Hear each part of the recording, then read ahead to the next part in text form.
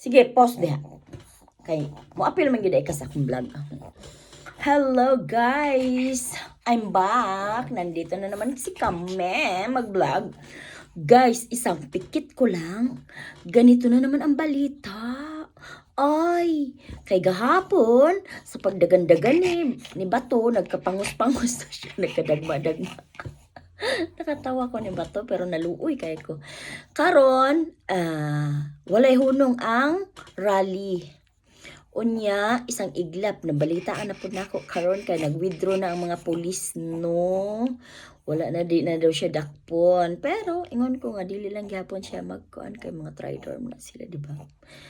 And nag-withdraw na daw ang mga pulis, dili na daw siya dakpon. Relax na daw, nag-istorya na ang Senate. So, nagtugyod ko guys, no, sa ako lang na ha. Ang ako lang yung analyze. Dili na makaya nila ang Senate kay bago naman ang president. One. And si Inday Sara dili na ma-impeach. Two. So, karon unya guys, nga nagrally gahapon, nagpadala pa gyud og batalyon nga mga truck na mga tao gikan sa Mindanao, sa Visayas, paingon diha. So, nga nagbuto-buto pa gyud ganiha sa Senate. Wala ko kaklaro atog unsa to nilang gipang istoryahan nga nagbuto-buto kay nagbubot lagi daw.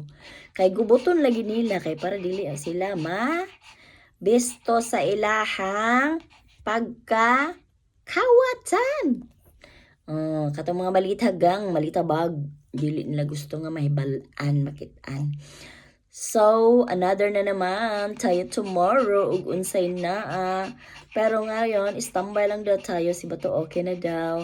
Protecting na daw siya sa mga police. Kitagaan daw siya protecting ni Bangag Bato mo guys, no? Siguro nanghadlok na sila dito ba, no?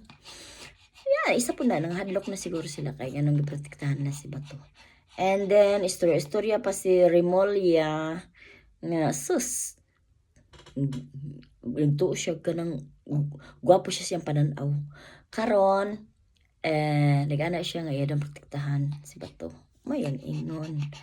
Ay, sige, okay lang. So, happy na ta nga dili na madala na sa laing lugar ang atong mga Pilipino. Okay guys, thank you sa akong vlog. Sa akong vlog kaming duha ni Sky. Kay mo apil-apil lagi daw siya sa akong vlog. Okay?